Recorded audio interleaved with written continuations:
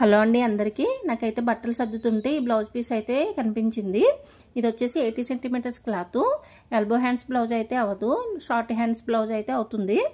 అందుకే దీన్ని అయితే స్టిచ్ చేయకుండా పక్కన పెట్టేశాను. కానీ ఇప్పుడైతే దీన్ని చూడగానే ఒక ఐడియా అయితే వచ్చింది.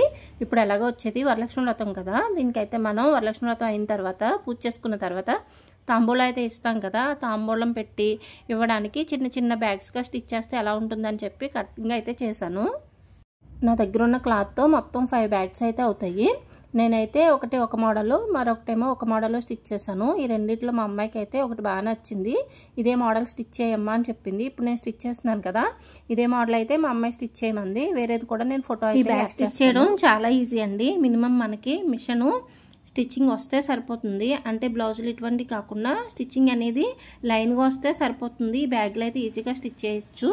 ఈ బ్యాగ్ పొడవు వచ్చేసి 14 ఇంచెస్, వెడల్పు వచ్చేసి 8.5 ఇంచెస్ అయితే తీసుకున్నాను. మధ్యలో జాయిన్ చేశాను కదా, క్లాత్ వచ్చేసి 2.5 ఇంచెస్ అయితే తీసుకున్నాను.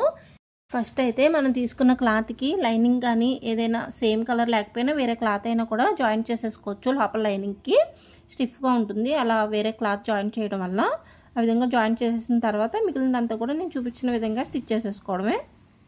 ఈ 2 బ్యాగుల్లో మీకు ఏ బ్యాగ్ నచ్చిందో కామెంట్ చేసి, నా ఐడియా కనుక మీకు నచ్చినట్టయితే లైక్ చేసి, ఫస్ట్ టైం నా ఛానల్ చూస్తుంటే ప్లీజ్ సబ్స్క్రైబ్ చేసుకోండి.